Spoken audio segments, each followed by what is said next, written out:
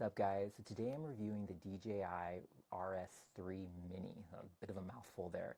Now, this is going to be a little bit of a lengthy review, so before I get into it, I just want to say I highly recommend this gimbal, as long as obviously your camera fits within the weight specifications for it.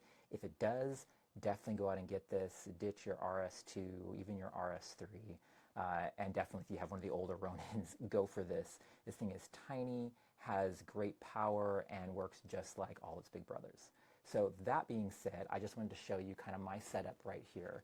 I have a handle off of my RS2 and then a small rig grip right here, so that's where I mount my monitor to. It's kind of hard, right? There's not a lot of real estate on the actual body of the RS3 Mini to mount anything, so having your monitor down here is definitely good for that. Something else that I just wanted to mention, just gimbals in general, especially these kind of like one-handed stick style gimbals, is that a reason why, I've run all sorts of different gimbals, from the FreeFly and then all the different DJI Ronin models all the way up to the RS2, and I always liked having the ring around the gimbal, and that's because the weight of the camera, your hands get to be right where it's at. Whereas if you're holding this thing, it gets really top heavy really quickly and you're really straining your wrists. So if you get this, that's the reason people get handles, is to try to help take some of that strain off your wrist. But if you have the handles down here, you're still going to have that strain. And what you want to do is try to get the handles up higher so they're more in line with the actual weight of the gimbal so it doesn't get so top heavy. Anyway, all that to say, yes, this is kind of my setup. And right now I'm running the Sony FX3 on here. I'll put an ND filter on here, variable ND when I'm outside, but for right now I just have just the gimbal and the lens on there. This is the Sigma 24-70 art lens, and it does balance on here just fine. I am pretty much at the limit of the different adjustments, and I'll show you that here in a minute. So keep that in mind, like you can't add a ton of accessories on here. If you're running manual lenses and you want to have follow focus, like this is not for you.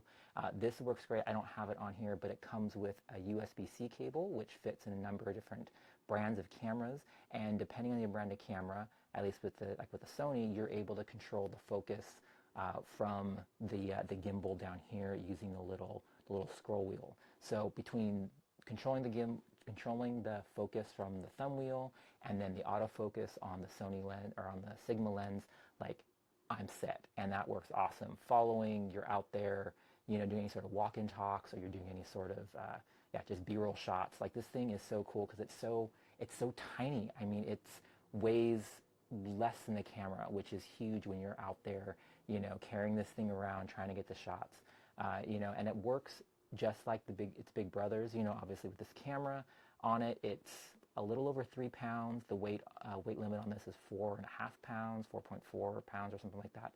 So well within the weight limit for it. I know I've seen a lot of people using like the Sony A7 IV or something on here, and for some reason, like, they can get it to balance really easy. I had a hard time balancing the FX3. It was really front heavy. Maybe it's just the Sony lens that I have on, but I even tried some old, Zeiss glass that I have that are smaller size lenses, and it was still really difficult to get to balance. So right at the limit of how far you can adjust it, so just keep that in mind. It's really going to depend on the weight of your setup and then your lens and camera combo. But I can attest that it does work with the FX3, FX30 obviously, with the Sigma 24-70 art lens on there. Now I'm just going to power this down real quick and lock it up. Something that's different about the way this gimbal is designed, it does have the locks, on all the axes, but you can also, because they understand that a lot of the bigger cameras for this setup, you're going to have everything, all the adjustments pushed out to the edge, or pushed out as far as you can go. So it doesn't pack all the way down by folding the gimbal up because of the adjustments I have on here. But they kind of thought of that already. And so what you can do is it has kind of like a half lock on the adjustments.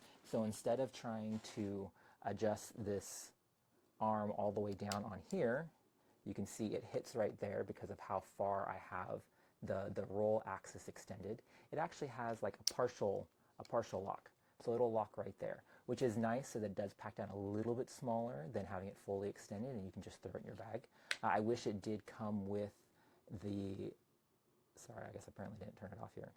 I wish it did come with a carry case for it, but it's small enough you can really just throw it in your bag, camera bag, side bag, and it doesn't take up too much room there.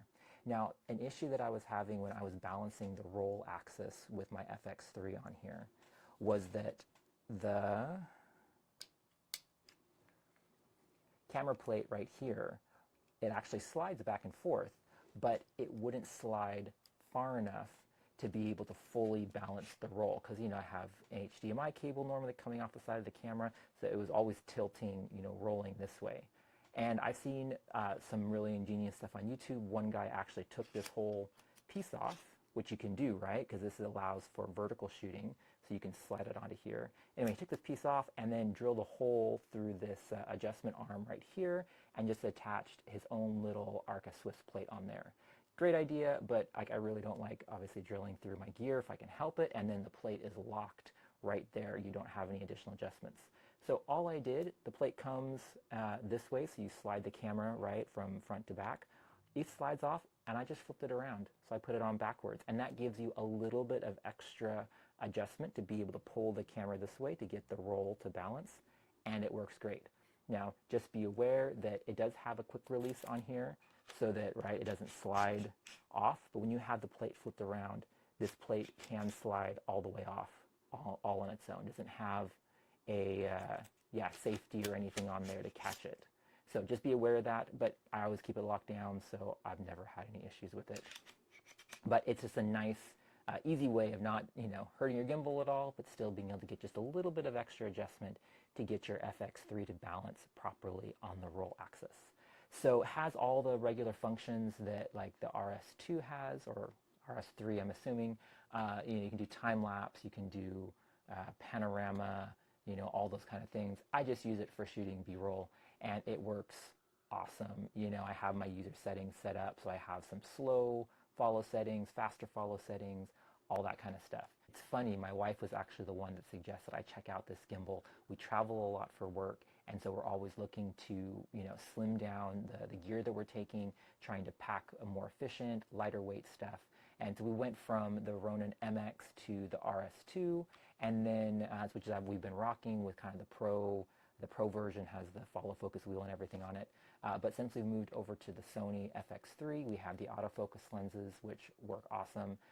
And so she said, check this out. And I was hesitant to, because it's small, and I've tried other companies' smaller gimbals, and they were just never up to par with the Ronin's algorithms and stuff for stability. But this little guy right here, I mean, obviously it's Ronin as well. It's just a smaller version of it, a little bit more lightweight, and it rocks. So it keeps up with its bigger brother, no problem. So just make sure when you get this that your camera setup is going to fit within the weight limits. Try to stay away from really pushing the limits. I'm sure this thing can handle it, but if you want to get the best performance out of it, I definitely keep your setup under 4 pounds. And then it's just the adjustments for trying to make your camera fit. So yeah, if you have issues with the roll axis, definitely flip your camera plate around. And also make sure the RS2's Arca Swiss plates do fit on here, but especially with some of these bigger camera setups, another issue I was having is that it was getting top heavy. And I realized that the RS2 Arca Swiss plates are a little bit higher, or at least one of them is a little bit higher than the one that comes with this. So I was able to put the RS3 Mini's plate on there, and it lowered my whole center of gravity on my FX3. So then I was able to get it to balance properly with the, I don't know, whatever this axis is right here. So just some little tips to keep in mind. But if you're looking for a good travel setup, or even an everyday gimbal setup, this is definitely something to keep in mind if you have a smaller camera rig. One thing is it doesn't have a detachable battery grip like the RS2 and the RS3, but as it is, I mean, it lasts for 8 to 10 hours, and I mean, for me, this will last multiple days of shooting because I don't run it constantly all day long.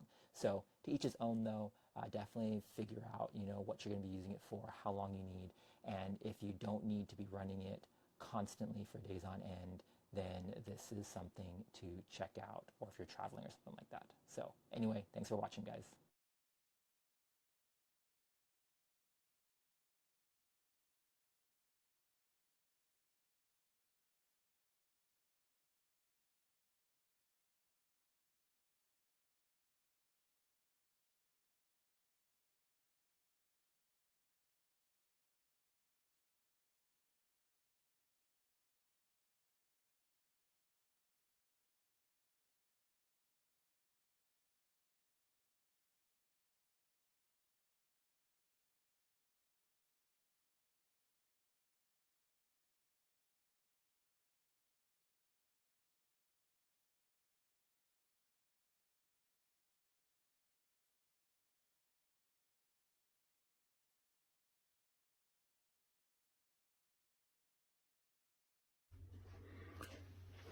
This is the DJI RS3 Mini. You can see here I paired it with a Sony A7 III with a Tamron 28-75 lens. This is a pretty heavy setup and it just about manages it. So in terms of payload, if that's what you want to go for, it will deal with it. Couple of things to bear in mind. If you try to go to the side, it starts to freak out a little bit. Not too bad, but it does freak out.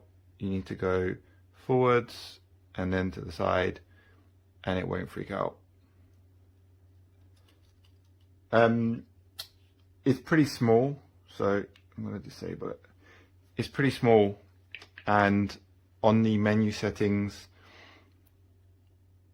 you've got only a few options really.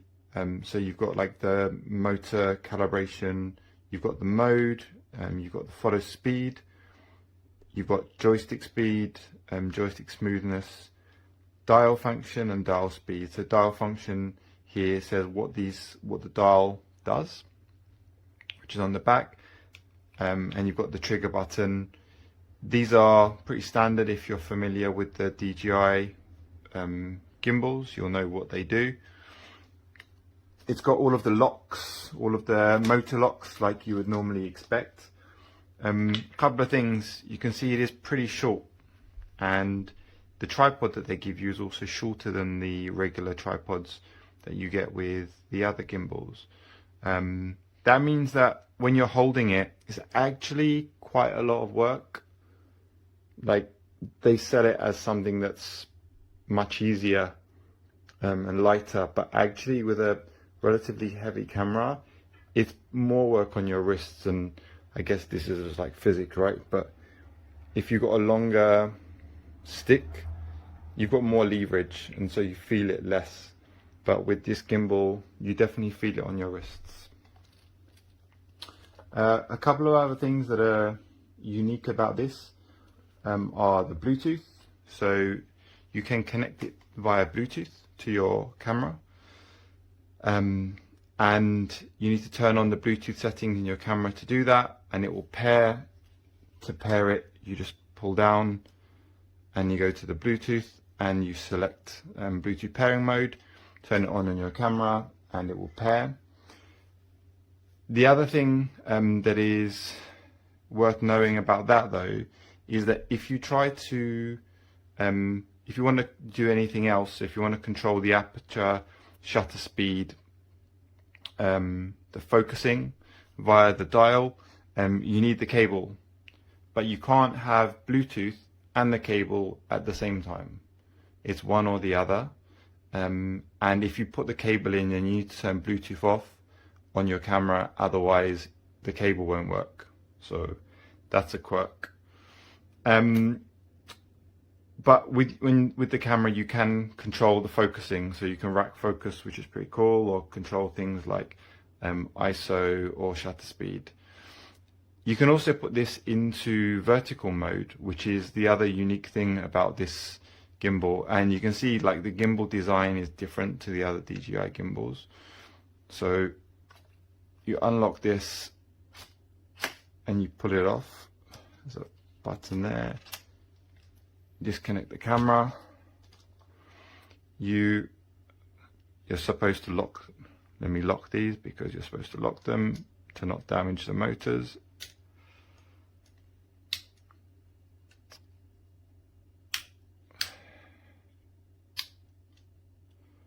Okay, so you release this. There's another pin at the bottom. You release that. Now, on here there's a red arrow, and on this there is a red arrow, and you go red arrow to red arrow. It's difficult without looking.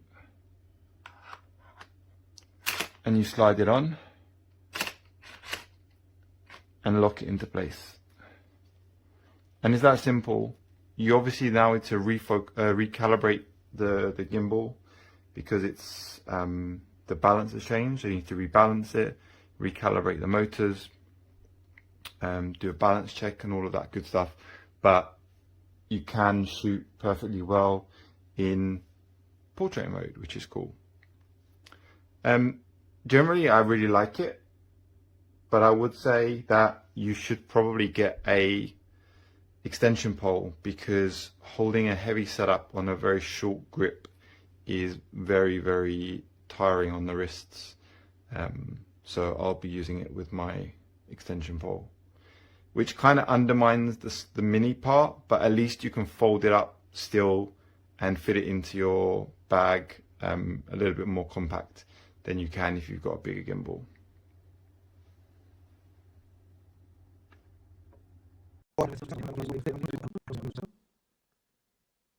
Y ahora vamos a ponerlo. La verdad es que nunca lo uso con el gimbal en 60 milímetros. Normalmente no paso de 40. Vamos a ponerlo en 40, por ejemplo. Son 80 milímetros en equivalente en full frame. Pero vamos a ver qué nos cuenta la pantalla. La lucecita también está en verde. No hay ningún problema. No hay ningún error. Todo muy bien balanceado. En modo vertical siempre monto el micrófono encima de la cámara, porque he visto que no hay ningún problema con a la hora de balancear la cámara, funciona todo muy bien. Pero en cambio, cuando uso la cámara en modo horizontal, he notado que no se balancea muy bien con el micrófono encima de la cámara, y por eso he adquirido ese accesorio ese adaptador de Small Rig, y monto el micrófono aquí. La verdad es que todo muy bien, ningún problema. Y a ver, la cámara la tengo conectada con el cable.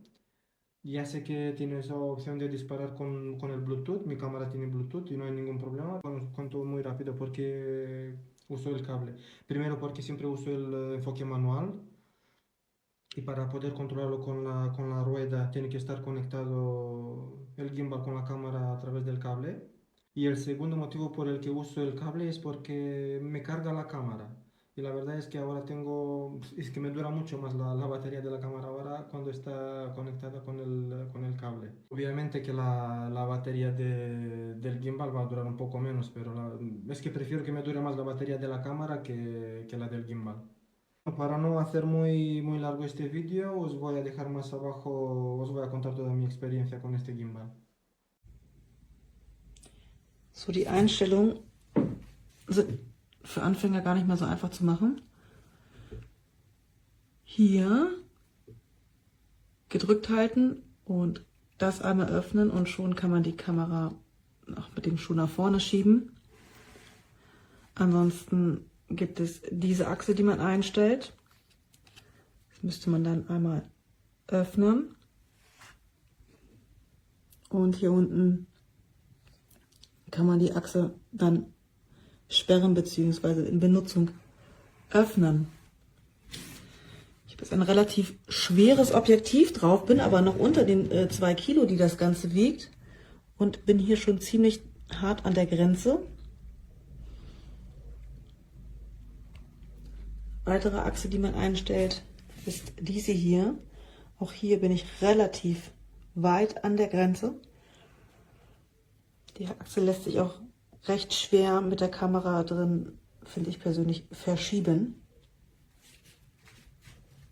Und eine weitere Achse ist diese hier unten, die sich aber dafür ganz gut verschieben lässt. Fokussieren kann man an diesem Rad.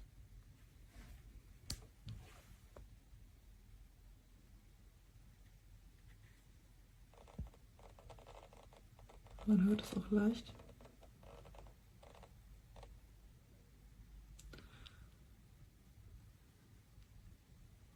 Hier lässt sich der Gimbal individuell bedienen.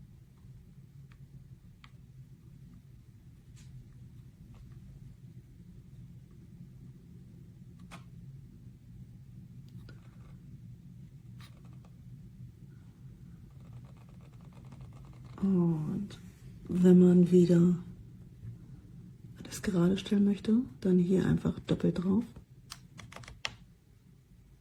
Und schon schwenkt sich die Kamera wieder geradeaus. Hier an der Seite, wenn man den Power-Button drückt, einmal, würde er in Standby gehen.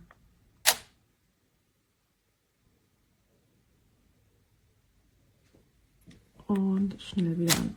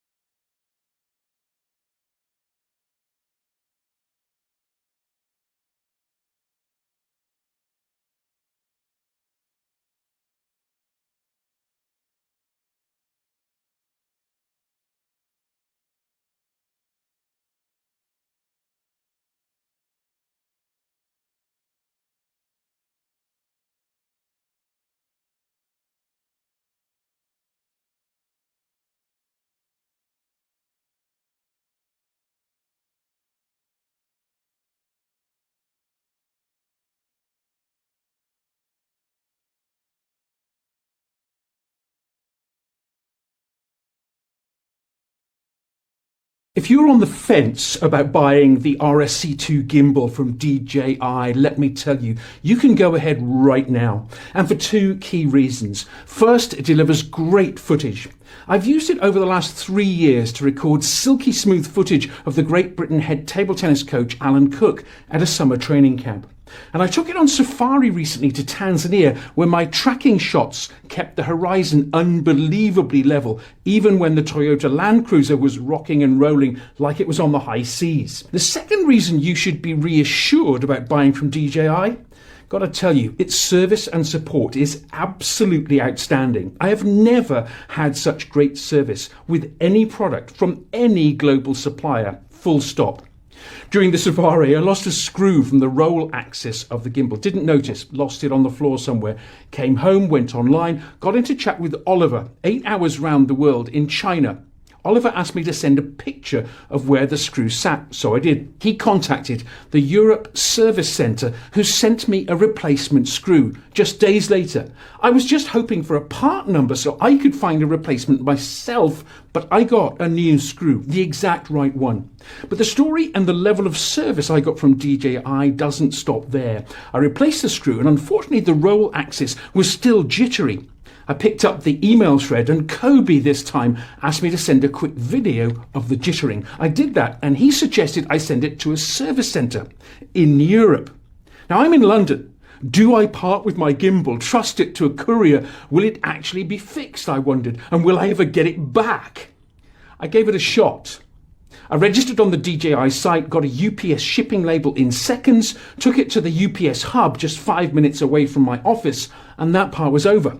A couple of days later, no more, got a call. To fix it was going to cost about £70 sterling, and I'd need to pay for the courier. But Kate in the Netherlands this time said they would ship me a new RSC2 gimbal for all the trouble that I'd been to. It arrived today.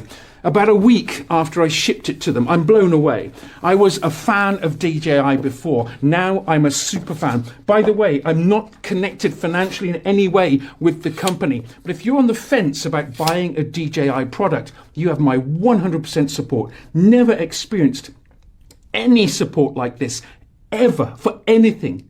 Go ahead. You won't regret it.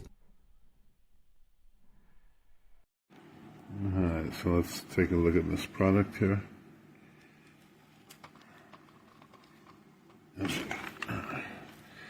you can see, it kind of has a life of its own. Here's the different modes. So here, pan, follow. This one is the only one that really works. It goes left to right. And again, we're looking at the RS Ronin 3 Mini. See, again, on its own, it abruptly moves. And this is really dangerous if you've got an expensive camera like I've got here. Okay, this is pan, tilt, and follow. And again, nothing. Locks.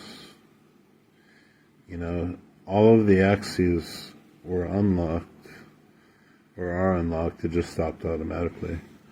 But we can't get any movement here. We can't get any lift on this axis. So the only thing you really get is from right to left, you know, or left to right, really. You know, it's not this product, this Mini 3 version of Ronin. It's just not strong enough. And I mean, you could maybe calibrate all day and get it to work for 2 minutes, but who wants to spend $400 to do that? So I'm going to give this a thumbs down.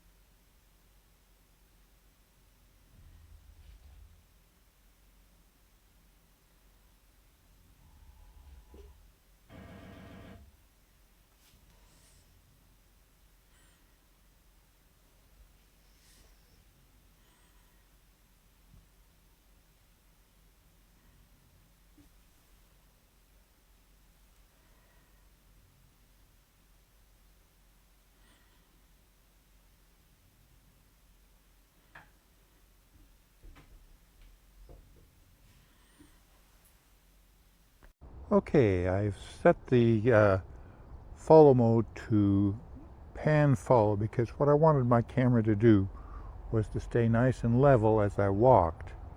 So let's try that. I'm going to walk, see how steady it stays.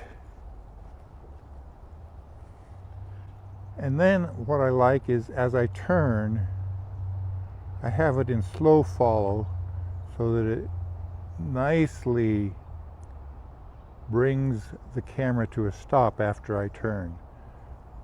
Now if I were to put it into PTF mode, then it would tilt slowly with me as I tilt. And then there's first person view, which means that it follows more whatever I do.